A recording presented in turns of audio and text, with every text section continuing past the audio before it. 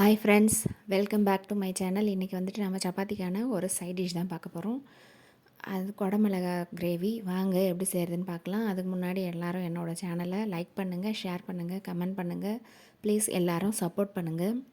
ஒரு வானல் நல்லா காயட்டோன்னு அதில் தேவையான அளவு ஆயில் ஊற்றிக்கலாம். ஆயில் நல்லா சூடாகட்டும்.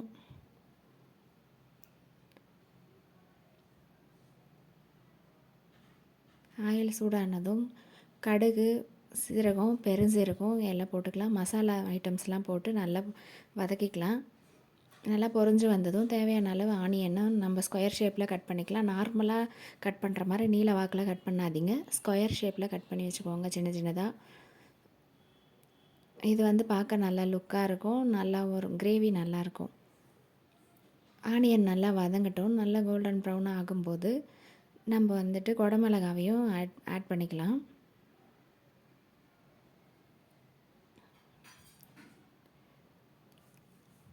இப்போ குடமிளகாவை ஆட் பண்ணிக்கோங்க.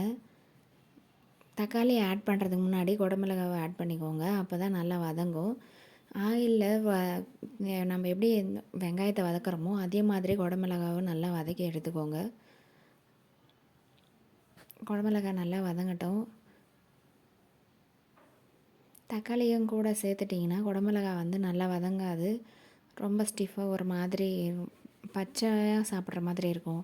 நீங்கள் இந்த மாதிரி ஆயிலில் நல்லா வதக்கிட்டு கிரேவி பண்ணிங்கன்னா அதனோட டேஸ்ட்டு வேறு மாதிரி இருக்கும். ஒரு வாட்டி எல்லோரும் ட்ரை பண்ணி பாருங்கள்.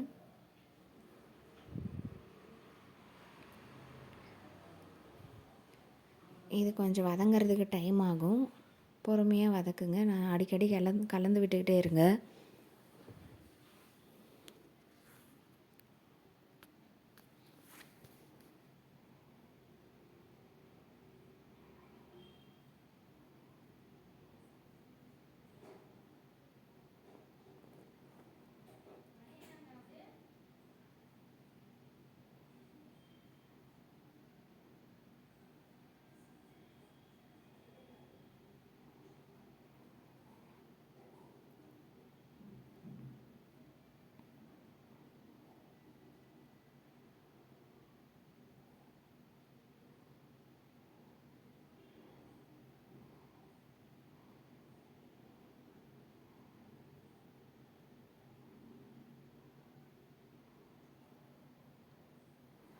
குடமிளகா நல்லா வதங்கிடுச்சு. இப்போ வந்து நம்ம தக்காளியை ஆட் பண்ணிக்கலாம்.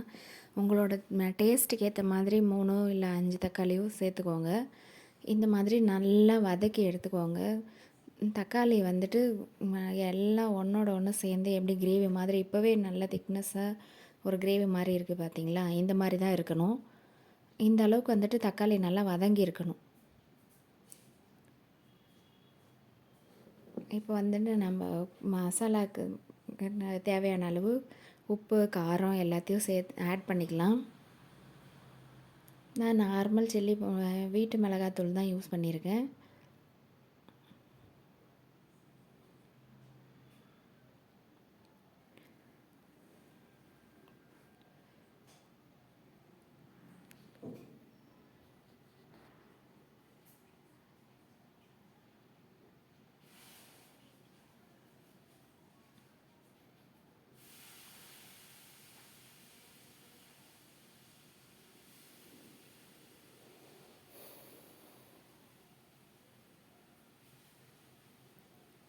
நம்ம மிளகாத்தூளை போட்டுட்டு இந்த மாதிரி கொஞ்சம் நேரம் அந்த ஆவியில் விட்டுடலாம்.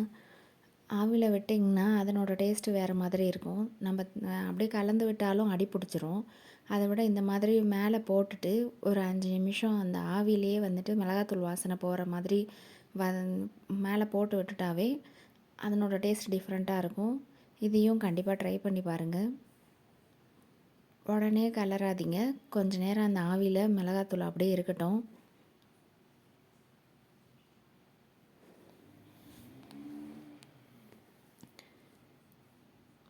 இந்த மாதிரி லைட்டாக கலந்து விடுங்க. இப்போது தேவையான அளவு நம்ம தண்ணியை ஆட் பண்ணிக்கலாம். தண்ணியை ஆட் பண்ணி நல்லா கொதிக்க வச்சிடலாம்.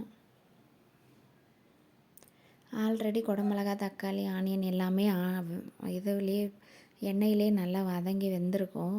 அதனால் லைட்டாக அந்த மிளகாத்தூளும் காயும் எல்லாம் மிக்ஸ் ஆகிற அளவுக்கு கொதிக்க விடுங்க. வாங்க, நல்லா கொதித்து வந்துருச்சு.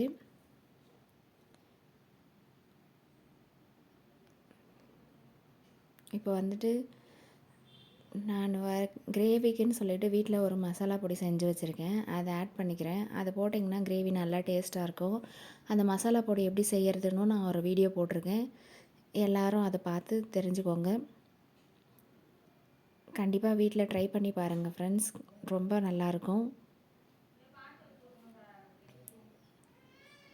எல்லோரும் என்னோடய வீடியோவை சப்ஸ்கிரைப் பண்ணுங்கள், என்னோடய சேனலை சப்ஸ்கிரைப் பண்ணுங்கள், என்னோடய வீடியோஸை ஷேர் பண்ணுங்கள்.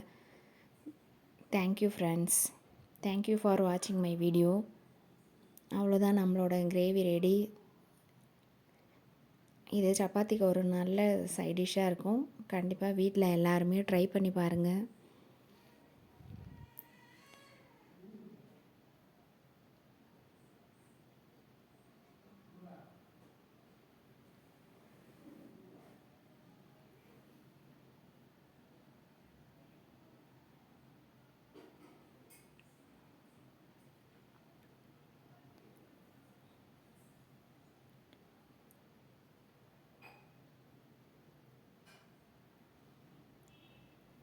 அவ்வளோதான், நம்மளோட கிரேவி ரெடி ஆகிடுச்சு. மேலே நல்லா பொடியாக நறுக்குன்னு கொத்தமல்லியை தூவிடுங்க. எனக்கு கொத்தமல்லி நிறைய போட்டால் பிடிக்கும், அதனால் நான் போட்டிருக்கேன். உங்களுக்கு தேவையான அளவு போட்டு மிக்ஸ் பண்ணிக்கோங்க.